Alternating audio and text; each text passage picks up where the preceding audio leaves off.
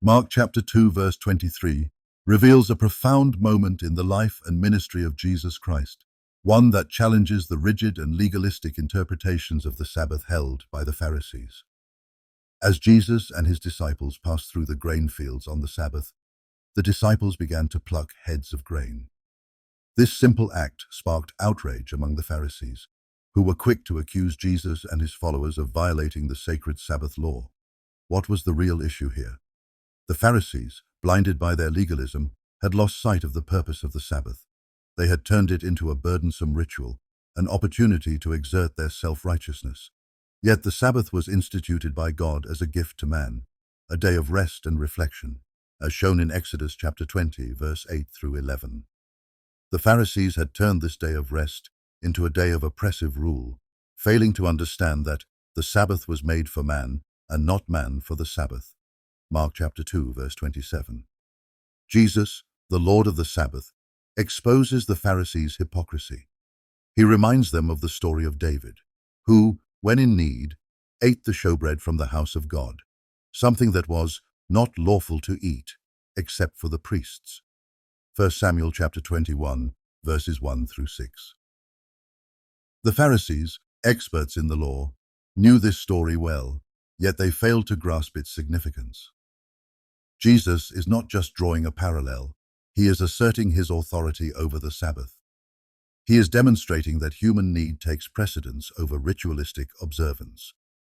Consider the broader implications of this passage. Jesus is not merely defending his disciples' actions, he is revealing the true nature of God's law. The Sabbath was meant to be a blessing, not a burden. Yet the Pharisees had distorted it into a measure of legalistic control. How often do we fall into the same trap, valuing ritual over relationship, law over love? This passage challenges us to examine our own hearts. Are we more concerned with appearances, with adhering to the letter of the law, than we are with the heart of God? In Matthew chapter 12, verse 7, Jesus rebukes the Pharisees, saying, "But if you had known what this means, I desire mercy and not sacrifice, you would not have condemned the guiltless." This is the crux of the matter.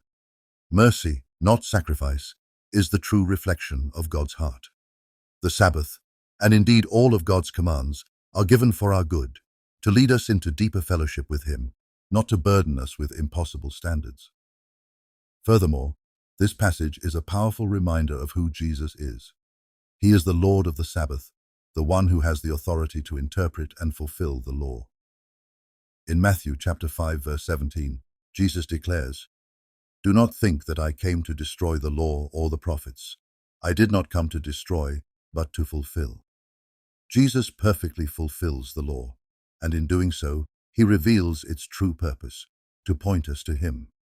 The Pharisees missed this entirely because they were focused on the letter of the law, not the spirit. Mark chapter 2, verse 23 is more than just a story about Sabbath observance.